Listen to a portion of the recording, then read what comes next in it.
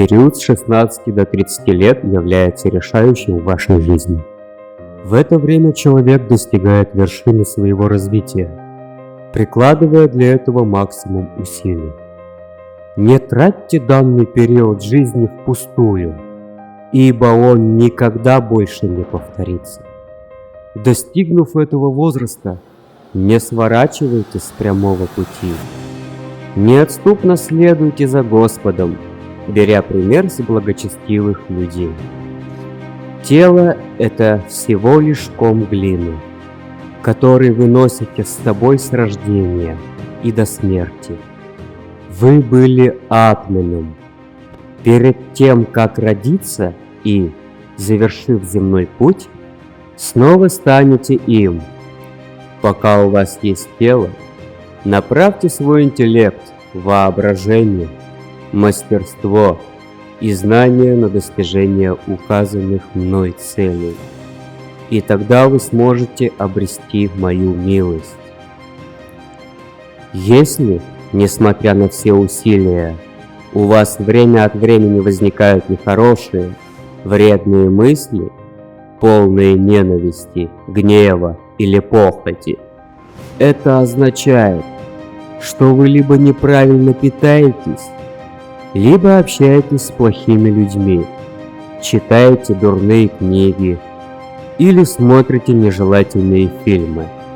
Прекратите это делать и попросите Бога, являющегося защитником людей, уберечь вас от неминуемого падения.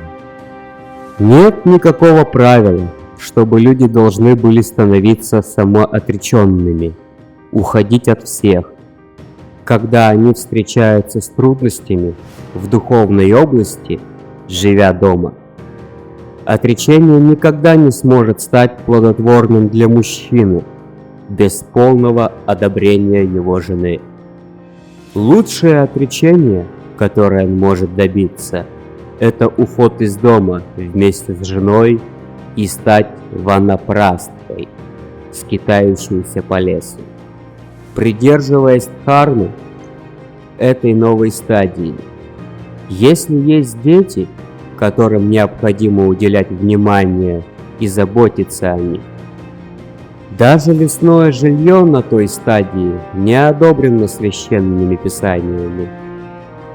Нужно сделать детей независимыми, заботьтесь о них, затем предоставить их самим себе. Священные писания – шастры, поэтому требуют, чтобы человек был в стадии домовладельца до возраста 48 лет. Благоприятно это или нет? Нужно быть в этой стадии и изо всех сил пытаться выполнить обязанность собственной дхармы, без помех. Если помехи пребывают, посвятите их также Богу. Возьмите их спокойно, в качестве его игры, лилы. И как его плану. Это способ следовать дисциплине домов владельца. Путь для обоих, мужчин и женщин.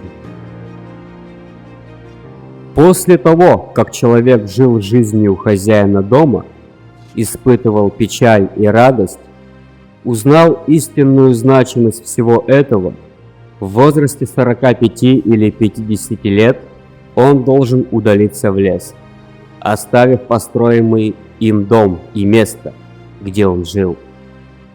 Если его жена жива, он должен получить у нее согласие и поручить заботу о ней сыну или ее родителям.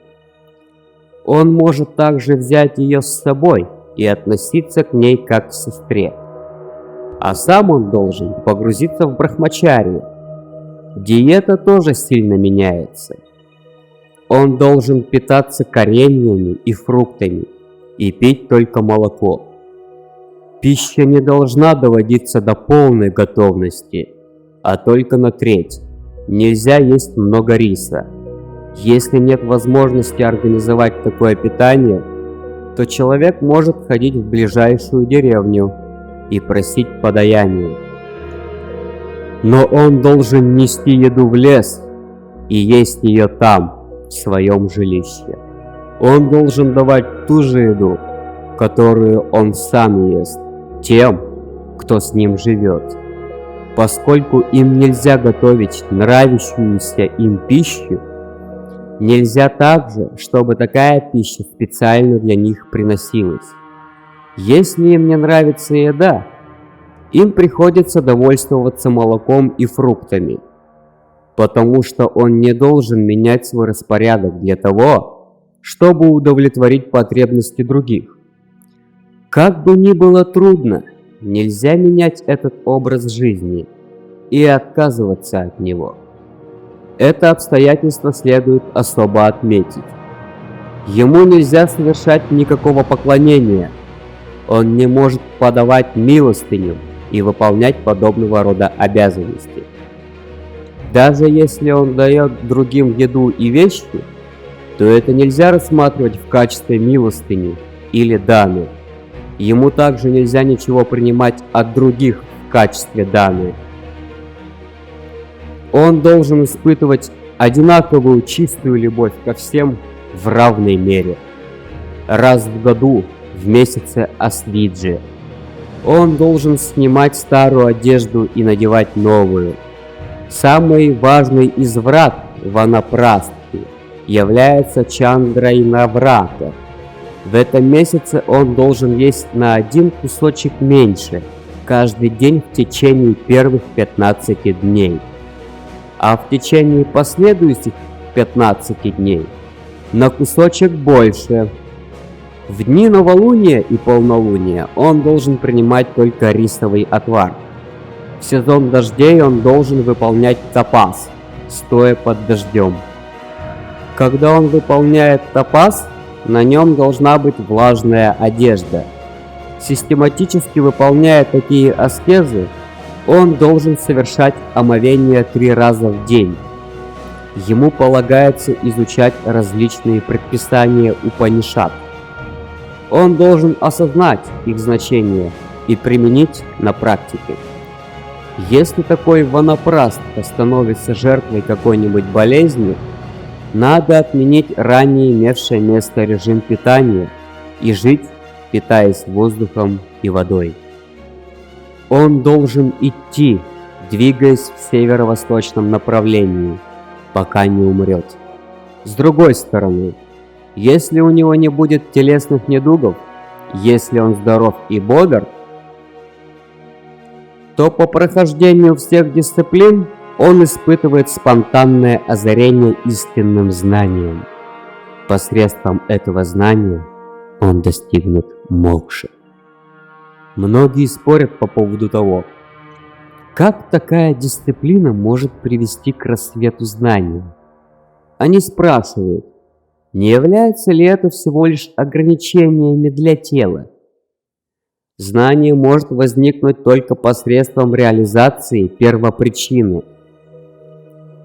Как можно что-то, не содержащее первопричины, которая гарантирует самореализацию, называть знанием? Спорят они.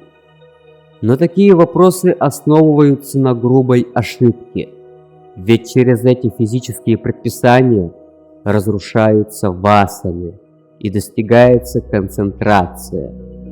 Утверждения Упанишад служат тому, что шаг за шагом возрастает и крепнет однонаправленность ума. Уже сам опыт Вакья Упанишад вызовет рассвет знания.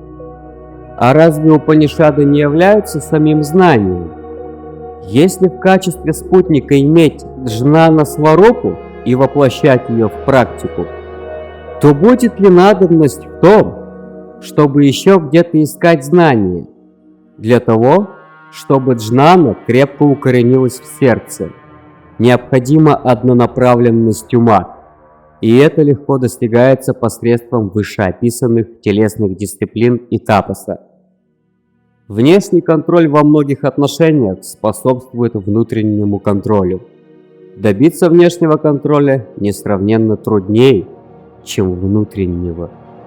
Если повернуть в какую-либо сторону руль, то и колеса машины повернутся в эту же сторону, а не в другую. Хотя рука, повернувшая руль, до колес не дотрагивалась. Интроспективные колеса базируются на самом экстроспективном руле. Это естественная основа. Иногда бывает так, что руль поворачивают в одну сторону, а колеса потянут машину в другую сторону. Но это отступление от нормы. Внутренние колеса, если спущен воздух, который есть истинная сущность, могут вести себя так, как будто не существует никакой связи между ними и рулем. Но они не могут выходить за пределы действия руля. Руль, который в руке, связан с колесами, которые внизу. Если этой связи нет, то ехать невозможно. Связь необходима. Поэтому тому, кто вступил в борьбу с внешними импульсами и победил их, легко взять под контроль и внутренние импульсы. Внешние импульсы имеют название и форму и привлекаются в качестве объектов опыта. Поэтому преодолеть их довольно трудно. А внутренние импульсы не имеют формы, однако им можно приписать имя. Они также испытываются как ананда, поэтому их легче преодолеть. Они упрощаются с большей легкостью, больше хлопот с внешним поведением и манерами. Они связаны со вкусом, формой и весом. Внутренние же импульсы не имеют ни формы, ни вкуса, ни веса. Чистая вода не имеет ни формы, ни вкуса. Вода с примесями отличается от чистой во многих отношениях, поэтому очистить грязную воду действительно трудно, а придать любую необходимую форму воде не составляет труда.